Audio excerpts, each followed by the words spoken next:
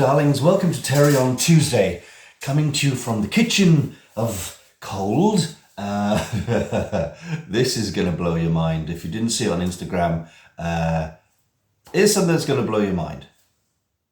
All right, so look at this. Look how silly this is. This is inside my kitchen. You see all this condensation? I think, yeah. Hang on. Condensation is on the outside of the window. So that means it's warmer out here than it is in the house. And you're right, that feels nice and warm. What a messed up house, weird. Yeah, so I'm in a colder room than it is actually outdoors, which probably means my feeble, right in front of me here, my feeble single pane glazing, which is very old, and other rooms in the house, including the front of the house, are actually doing a good job of a seal between the heat and the cold. So whether it's hot in here, I put the heating on and then it all gets steamed up as you imagine, if it's cold outside. But at the moment it's gone a bit milder. There's no ice. It's just it's been raining for a long time. And now we've got condensation on the outside while it's cold in here. I might as well just sit outside in the garden in the rain and be warm. Anyway, you didn't come here to listen to that. Why did you come here anyway? Anyway, grateful for you watching, whoever you are. Okay, it's been long enough and there's been enough radio silence, so I thought I would tell you about Marvin, where he's gone. He got picked up a couple of days ago, last week now, and he has been bought. Let's rewind a little bit. After I got back from the Liverpool Comic Con, there's a little bit of footage here, I was understandably a little bit deflated that I didn't win, but I think that gave me the kick up the bottom to go, do you know what? I'm going to sell Marvin. I'm going to make a better profit than I would have if I'd won the competition. Therefore, there would be more money to go into the film. So I looked around. I even put it on eBay. I had a couple of watchers. I emailed a auction house outside London, and they were interested as well. Claimed they could get me a lot of money for it, but I heard that their fees were quite high. I may be wrong about that. It may not be the truth or whatever. But at the end of the day, by about 9 p.m. in the night, I got a message from a chap. Again, I won't name names. There's no need. A chap who has actually experience of working on the Hitchhiker's Guide to the Galaxy TV show from back in the day. He put me in contact with a chap who contacted me. We had a quick phone call, and they basically said, we'll take Marvin off your hands and pay you decent money for him. So where is Marvin going? He's going here. The National Museum of Sci-Fi and Film. Did I say that right? The National Museum of Film and Sci-Fi. That one of those we were right. In Milton Keynes. I have asked the owners a number of times via text message and email if it's okay to announce this. I thought they might want to, do the announcement first, but as has been the case, other than the initial phone call I had to actually arrange the sale, I haven't had much from them. And radio silence is weird, but at the end of the day, they did pay me decent price for Marvin.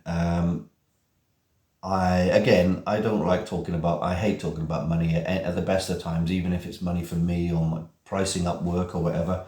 But I got plenty more than I thought I could get for Marvin. I got almost double that I thought he was worth.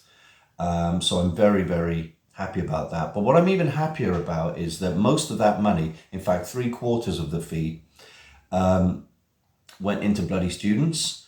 Whatever was left over then paid for the final repairs I had to do on him before he went away, and also Christmas, cost of living, rent and bills. So I'm happy, they're happy, Marvin's happy. And the best thing about it is Marvin is going to be on display, I'm assuming from next year, at the museum, which is in Milton Keynes. It's about I'd say 2.5 hours drive away from me here in South Wales. I'll be definitely going up to have a look at him on display. They said I can visit whenever I want, so I don't feel like my boy has left me. And he will be there, and I'll be credited with fan-made replica of Marvin, etc., etc. The real Marvin, by the way, as Mike Tucker has just put up from the model unit, the real Marvin is going to be spending a year in Gunnersbury Park Museum. I'm assuming that's in London, because that's where Gunnersbury Park Station is, and he'll be there for a year. I'm assuming this is because of the model unit are moving from Ealing Studios to somewhere else, and they have got a lot of stuff to move, understandably. So they put Marvin on display. So you can look at the real Marvin, and then you can come up to Milton Keynes and look at my Marvin. So it's a Marvin fest. That's awesome, isn't it? Anyway, so that's where Marvin's going to be. I'm really happy that people can get to see him, and he's not going to be just sort of sold to some private collector who would, still pay money, but at the end of the day, he'd be locked in someone's room and never seen again. Anyway. Here at Terry on Tuesday, we'd like to apologise for the low picture quality. Despite this being shot on the new phone, it's very grim and grey outside, so the lighting is, well, crap. And now back to our scheduled programme. Guess what day it is today? It's my birthday! It's my birthday! It's my birthday! That is the official It's My Birthday song that doesn't get me any copyright strikes. So it's a horrible grim grey day. It's early in the morning and it's my birthday. But I feel great because it's my birthday. I still got a sore arm from my COVID jab last week. I've got a tiny, tiny annoying tickly cough, which most people do have. And again, did all the tests, no COVID positive results, but you never know. Maybe it's Omicron or one of these weird variants or something. I do my best to stay away from people, but I did have some people round on the 17th. Came round the house. We went to the local pub. Local pub was awful. Almost all the lights out, just full of very noisy people in hoodies, just sitting in the corner screaming and shouting at each other. So I was like, do you know what? Let's stay in my house. So 6 of us in total were in my living room. Just drinking, having fun, and I had a book for one of my birthday presents, a bucket list book, and it's got quite a lot of things on there. I don't know how it's got like 100 things. I don't think I'm going to fill in 100 things. I can't think of that many things I want to do. I've got 2 things written in there so far. Number 1, parachute jump. That's what you get for filling in your bucket list when you're a bit sozzled. I would like to jump out of a plane at some point with a parachute, obviously. I know many people would like to see me jump without a parachute. And number 2 is Finland trip number 3. Would love to go back to Finland. Maybe I'll do it after I finish Bloody Students if I can save the money. There are other things I can put in there. Some would be personal, private. Some of them would be things that I want to make, such as, film and TV ideas. I've got ideas for cartoons, I've got ideas for other films and stuff, but I'm taking things a lot more one day at a time from now on. When I finish Bloody Students, I'm assuming I'm taking that as that's it for films, no more films, unless of course there's always a disclaimer, unless of course Bloody Students or Off-World do really, really well, and plenty of profit comes in, and it seems to be working, and I have the energy and the inspiration to get up and do another film. But I'm going to throw everything I can into Bloody Students, and we'll leave that as assuming that will be it. Now, talking of Bloody Students, I've been running. If you've been living under a rock, I've been running this promotion, which basically says that I will raffle off my skills. The winner, it's £2. It was £2. It was £2 ago. Deadline. No more entries, please. That's it now. Deadline's done. We've had over 100 entries, which is great. All the money goes to Bloody Students. I did notice that PayPal were taking little fees out, 2% here, 2% there. Jammy little sods. Not too happy about that. Anyway, the prize is that I would build or draw or create something for the winner within reason. It's all in the small print, up to my sort of rough value of about 500 quid. And we are now ready to do the draw. Now I can't do the draw down here. I don't have, you know, all the bits of paper cut out and all the names and stuff. What I've done in the past with draws, I go to a website called random.org, which does truly random picks. You type in the start number, the end number, and then you press generate and a random number comes up and we shall pick the winner from there. So we're going to cut to upstairs where I could do it on a computer. You can see it on screen as I click the number and we'll see who wins, okay? So let's go upstairs. Okay, so here we are, our random.org, the random number generator. You can check it out. So I type in 122, which is the number of entries. Then I click the generate button. Ready, steady, go. Ping, 105. And as I look down my list, the winner is Thomas Essen, who had numbers 90 to 114. So congratulations, Tommy.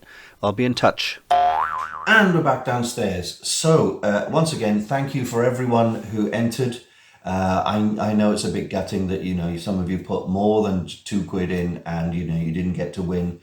But then that's how it goes. Completely random. The main point of this thing is to try and raise some money for the film just before the end of the year. And I know there's a cost of living crisis on and money is tight for everyone. So I'm just grateful that anyone would want to take a go on this. If you do want something built or made from me or painted up or whatever, I mean, even though the money goes to me, generally I put wherever possible, I put a small percentage of whatever I get anyway. Once I've paid my rent, bills and food, it goes into the film anyway. You know, I've put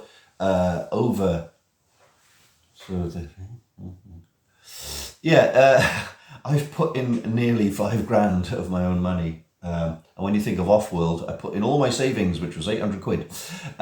So yeah, I'm throwing a lot into bloody students, as are a lot of my supporters. There are other people who have put I've put in the most, obviously, because it's me film. But there are other people who've put in quite a bit of money too. And they're all dedicated to the film as much as me. And that's why I hope we make this film next year. It all comes down to, can we make things work on the money we've got, and can we find the time, can we get the people, can the actors all get together and rehearse? I really hope they can, because they're a bit more of a diverse bunch geographically. So that's that. So we've got a winner. Marvin is off to Milton Keynes. I'm going to keep this video short, as I say at the start of every video, and we're coming up to 13 minutes now. It all remains to say is what I'm going to do on my birthday. I think I'm going to drink some Baileys later on. I haven't drunk Baileys for a while. That's a Christmassy drink for me. Hope you all have a good day, no matter, even if it's a bit grim, etc. I'm going to, that's what I'm going to do. I'm going to pop into Cardiff and probably risk catching COVID. But I got to see some friends, and I've got to drop a present off, and I want to go to those little sheds they've got in Cardiff. They look like that, and they've got Christmas music playing, and mulled wine and mince pies and that. So I'm going to do that, I think. Something, anyway. So from 53-year-old me, hope you have a good time and a nice crimbo. I may be back on Christmas Day with a video, because I am one of those people who basically doesn't do anything on Christmas Day, really. So I'll do a video for anyone who's bored and wants something to watch. So, see you on Crimbo Day. Take care now. Bye-bye.